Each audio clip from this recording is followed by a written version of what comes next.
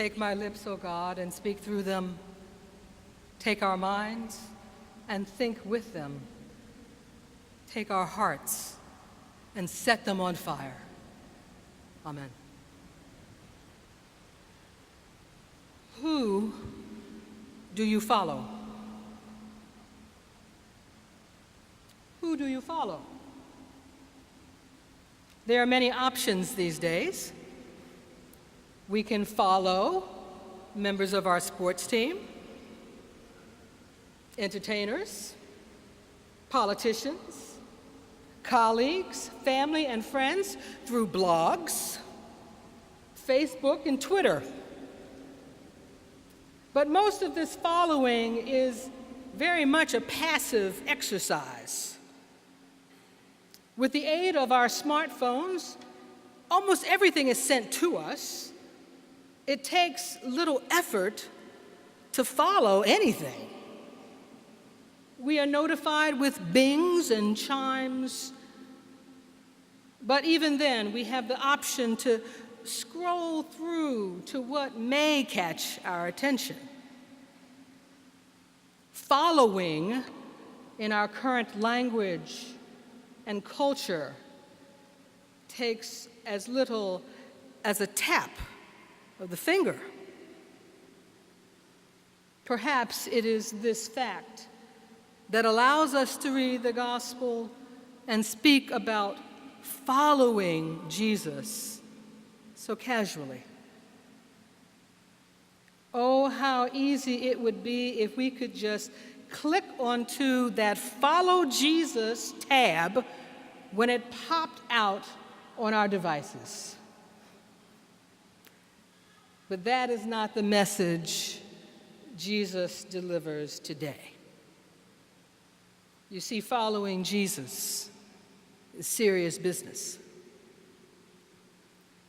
Our gospel text comes on the heels of Peter's well-known confession heard last week. You are the Messiah, the Son of the living God. The truth that Peter had recognized was so significant that Jesus declared that the church would be built on it.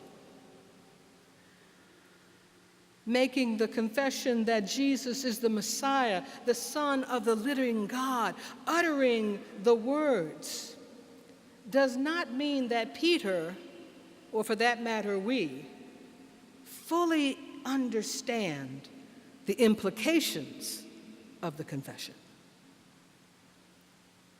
Now, it's time for Jesus' followers to begin coming to terms with the details of why Jesus has come.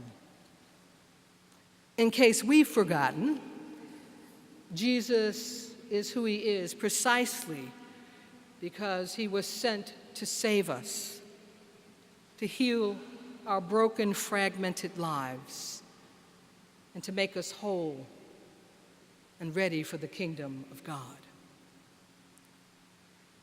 Jesus tells the disciples that the way he must go involves suffering and even death. The way of the Messiah, and thus the way of discipleship, is the way of a cross. Now, Peter pulls Jesus aside and says bluntly, God forbid it, Lord. This must not happen to you. Peter seems to think that it is his responsibility to make sure that Jesus' ministry will be successful. After all, to this point in Jesus' ministry, all the crowds that have gathered to hear him and the people that he's healed have been quite impressive. And frankly, this message is a PR nightmare. Not the sort of message to encourage new recruits or to draw out new crowds. Yes, Peter thought it was his duty to rebuke Jesus, but Jesus puts him in his place. Peter may have meant well, but he was out of line. And Jesus says, "Get behind me, Satan. You are a stumbling block to me. For you are setting your mind not on divine things, but on human things. Upon hearing these rather harsh words from Jesus, we may think, wow, what happened? We just heard, on this rock I will build my church. But to be fair, we shouldn't be too hard on Peter or even the disciples.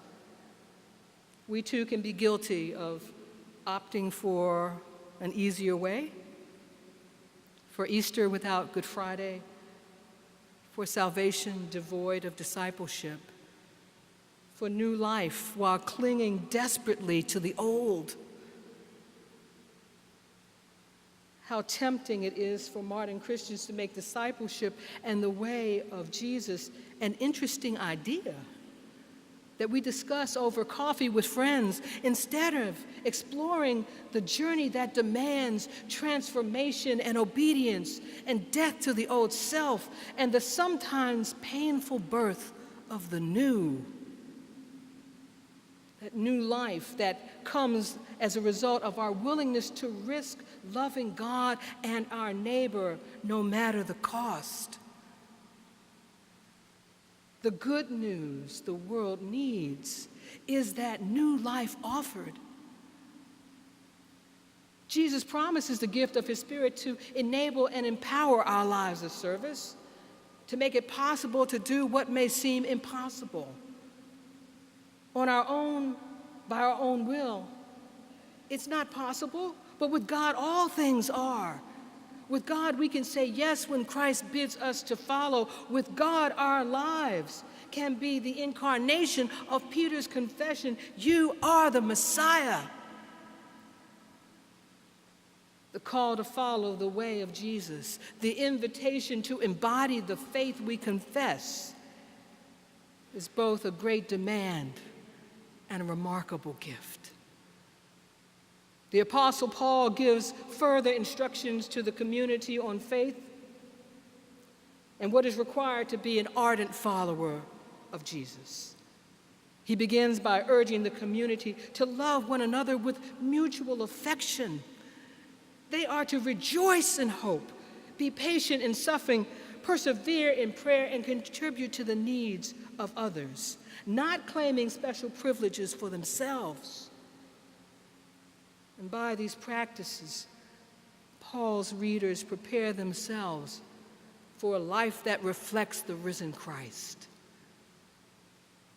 Neither they nor we are to waver in our zeal and our commitment to serve God. They and we are called to be prepared at all times as disciples day by day for the challenges of living into the Christian life of service and love. It is not always easy to follow Jesus. Just look at Peter. But what gives me hope and to some degree comfort for my own walk of faith is that Jesus never turns away from us. Peter had fallen for the temptation of allowing his thoughts to turn inward to himself and his desires for what he thought Jesus' ministry should be. Jesus moves quickly to put an end to that way of thinking. Like Peter, we may all have our false concepts and expectations of Jesus. And sometimes Jesus just has to correct them by exposing us to new insights and realities that do not fit our previous understanding of who he is or of how God operates. We are forced to rethink the issues of faith, the issues of our day. But Jesus stays in relationship through it all. Thanks be to God. To take up the cross, that is not an invitation for disciples then or now to start going around looking for crosses to bear of our own choosing for convenience sake. The wisdom of the kingdom does not have to do with plotting and planning ways to success. Instead, disciples are called to an obediently humble giving of self for neighbor, for the other. Just as Jesus did not have to seek the cross, as it was supplied by those to whom his insistent mission of service gave offense, so we are called to unself-conscious love, to care for those in need.